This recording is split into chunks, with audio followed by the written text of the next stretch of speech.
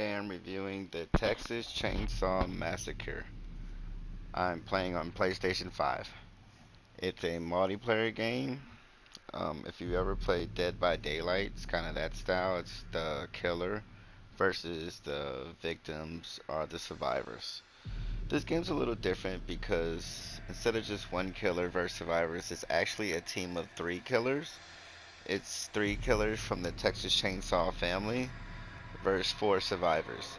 And I actually find it kind of cool because both sides get a team to work with, which is fun. It's always fun, more fun when you play with friends. Also, there's progression, which is probably going to add longevity. It's a little different progression for the characters.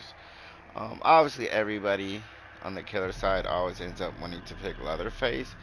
He's definitely probably the most popular one that everybody goes for, so it's kind of like the race to pick him. But the other killers do have personality and unique abilities. If you try them out, they're actually pretty cool. Um, the bad part about this game, it's a little bit bare bones. It did just come out, but there's not a lot of maps. It's not too many killers to pick from. But I imagine in the future, if this game keeps a high player base and with a bunch of updates, that it could definitely be a real powerhouse in this genre. And I'm sure everybody wants to know how it compares to Dead by Daylight. Well, I just want to say Dead by Daylight's been out for years. They've had tons of updates, so there's tons of options. So it's hard to compare it to that game per se.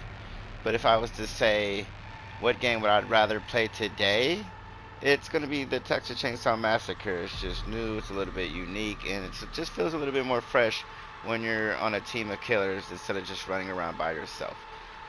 Now, obviously, we can't judge a game on what it could be in the future after updates. We have to judge it on what it is now, and it is a little bit bare bones now. That would be the negative, but the graphics are great. If you ever wanted to feel like you were in the Texas Chainsaw movie or a horror movie in general, this is definitely one of the games you might want to try out. It's fun as hell running around as Leatherface, chasing people, revving your chainsaw, and your anxiety's on edge when you're trying to survive as one of the victims. So I'm gonna give this game a 7 out of 10. I highly recommend checking it out if you're into this genre or if you're a fan of the Texas Chainsaw Massacre. You'd probably have a lot of fun with this game.